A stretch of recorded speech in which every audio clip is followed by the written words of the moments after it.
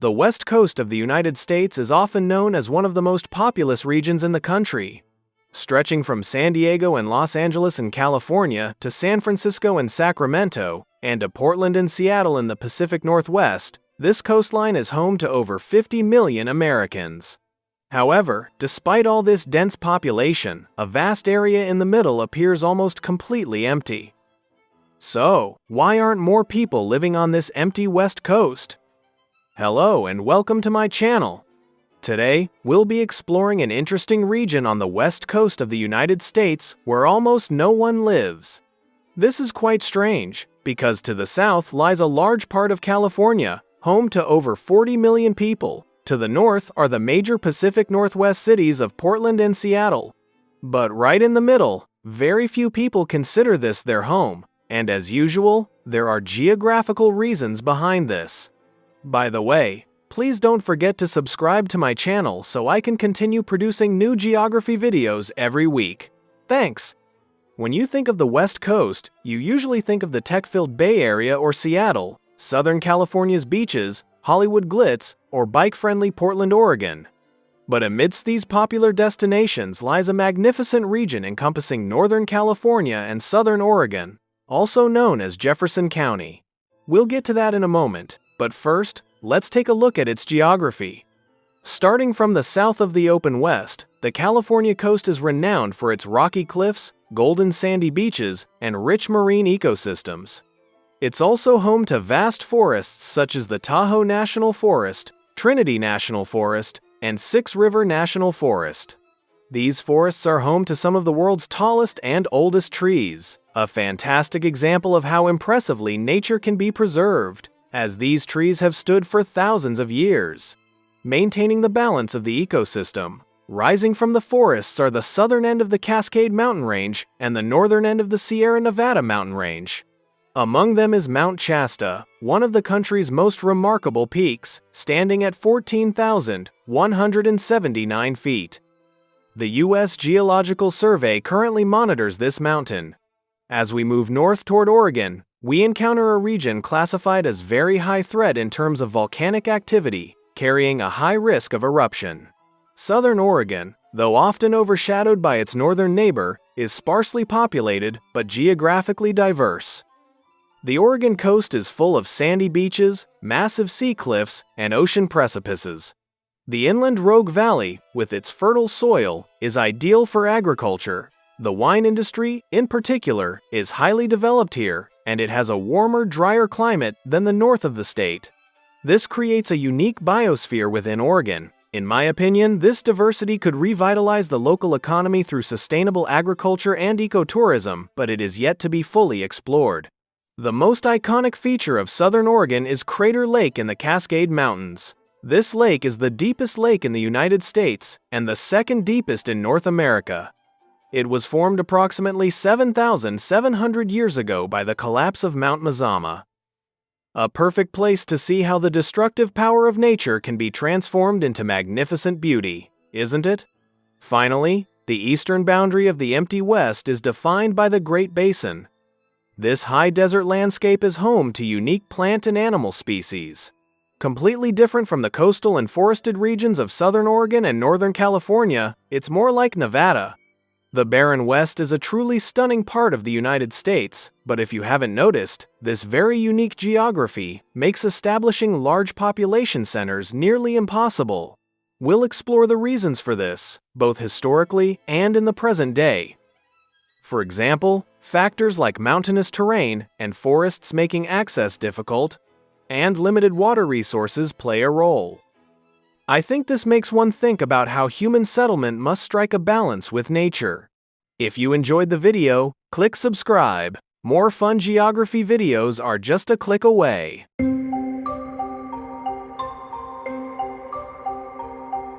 At the beginning of the 1800s, the United States was still a country limited to the eastern part of the North American continent. But with the acquisition of the Louisiana Purchase in 1803, a massive 828,000 square miles of land was added to the young nation, making westward expansion inevitable. This purchase acted as a catalyst in America's expansion. It sent explorers like Lewis and Clark to these new lands, enabling them to report on their potential. The discovery of fertile lands and the allure of new opportunities spurred pioneers on arduous journeys westward, a phenomenon I believe is one of the most tangible examples of the American dream, as individuals, along with their families, took bold steps into the unknown. Early settlers, in particular, used the Oregon Trail to reach Willamette Valley in modern Oregon. This was a wagon route of over 2,000 miles, stretching from Missouri to Oregon.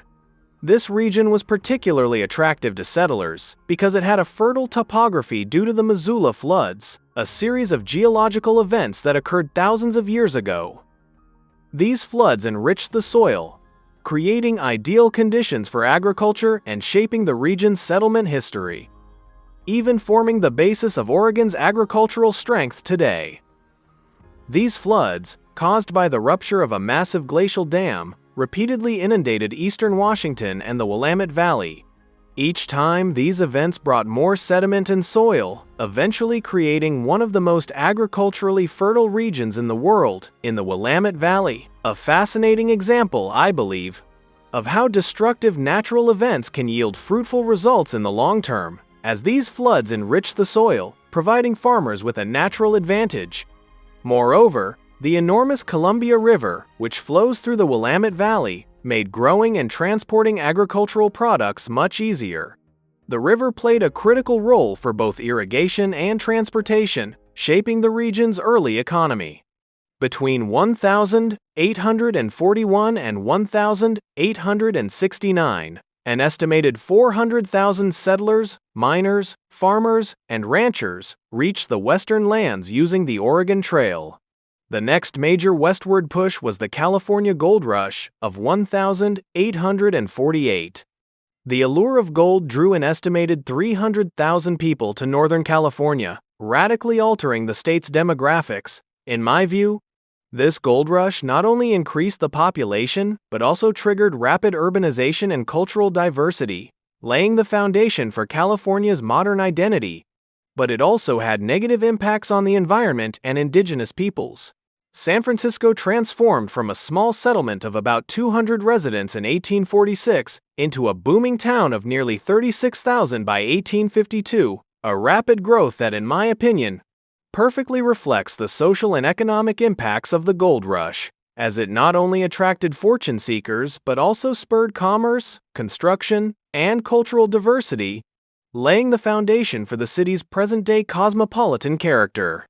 To facilitate this migration and make the journey less dangerous, the Transcontinental Railroad was constructed between 1863 and 1869. This colossal feat of engineering effectively bridged the continent, connecting the existing Eastern Railroad network to the Pacific coast in San Francisco and ushering in a new era of westward expansion. In my interpretation, this railroad not only revolutionized transportation but also strengthened the national unity of the United States by opening up trade routes and accelerating industrial growth.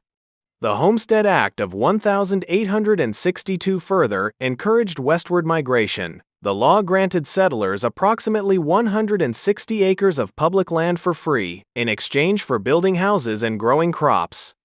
By 1934, this law had led to the distribution of 270 million acres of land, demonstrating how individual ownership was a motivating factor in American society, but also bringing about negative consequences such as land loss for indigenous peoples and environmental degradation, which requires a balanced perspective within its historical context.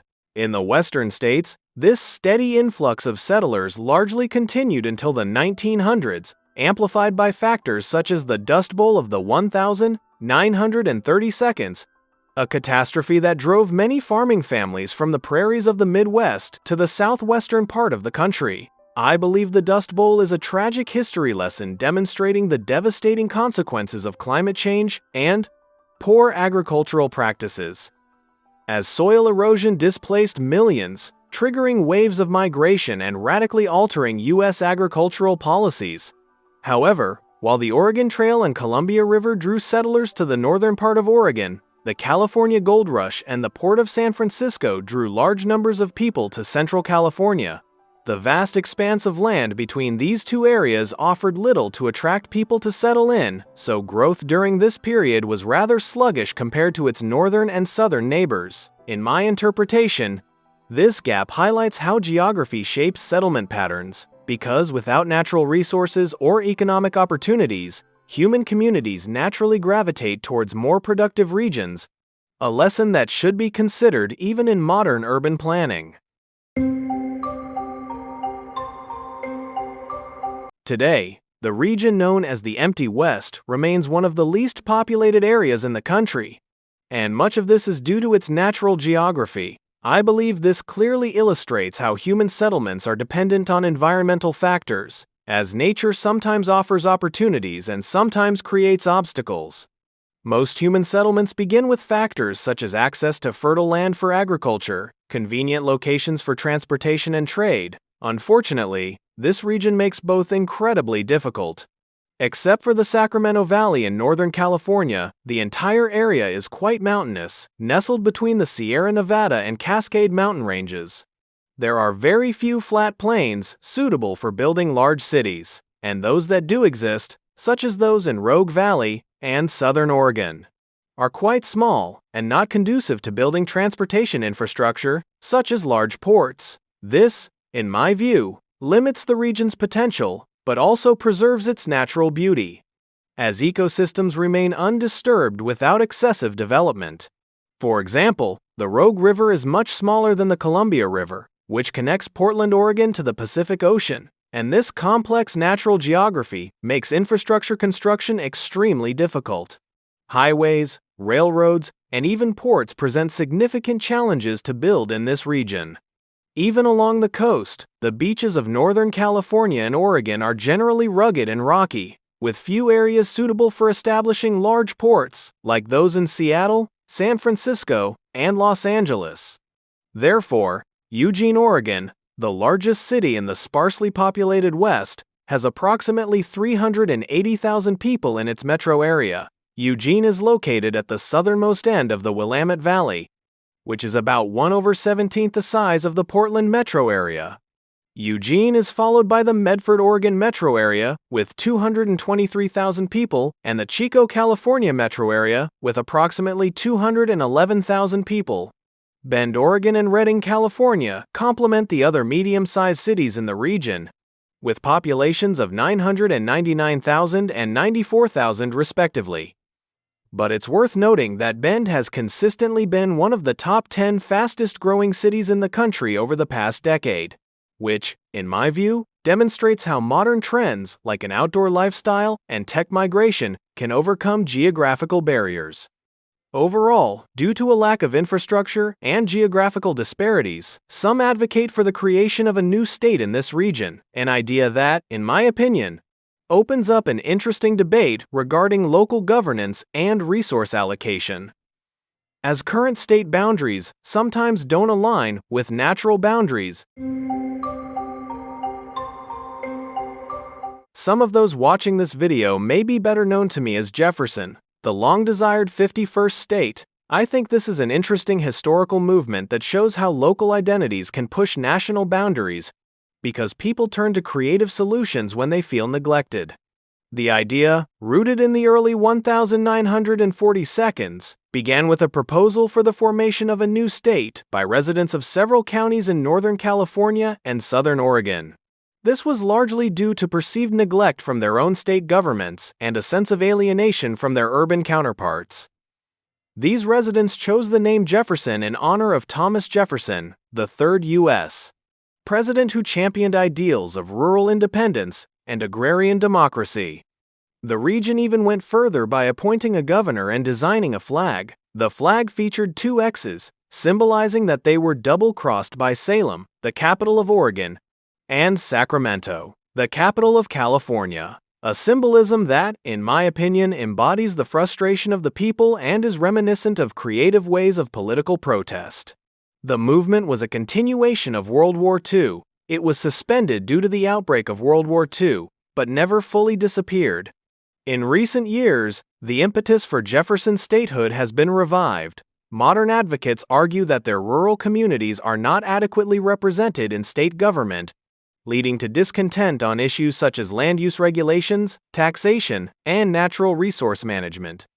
In my view, this debate highlights how deep the rural-urban divide still is in the USS, and perhaps tests the resilience of the federal system.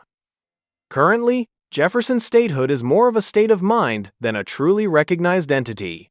Unfortunately, creating a new state is very challenging for Jefferson statehood advocates.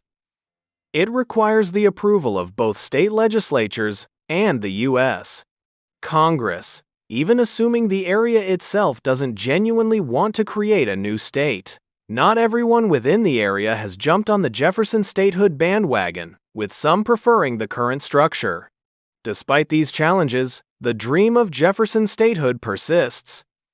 The empty West is largely desolate due to some unique geographical issues. Despite being part of California and Oregon, this region has its own unique identity that attracts millions of Americans. I think this shows that the low population is actually an advantage, as it creates an ideal refuge for those seeking peace and quiet and promotes tourism and sustainable living. In fact, it is precisely this geography and low population that makes it attractive to the people who live there. I hope you enjoyed learning more about America's empty West. Please subscribe to my channel, and you can watch more of my videos here if you'd like. Thanks for watching. See you next time. Goodbye.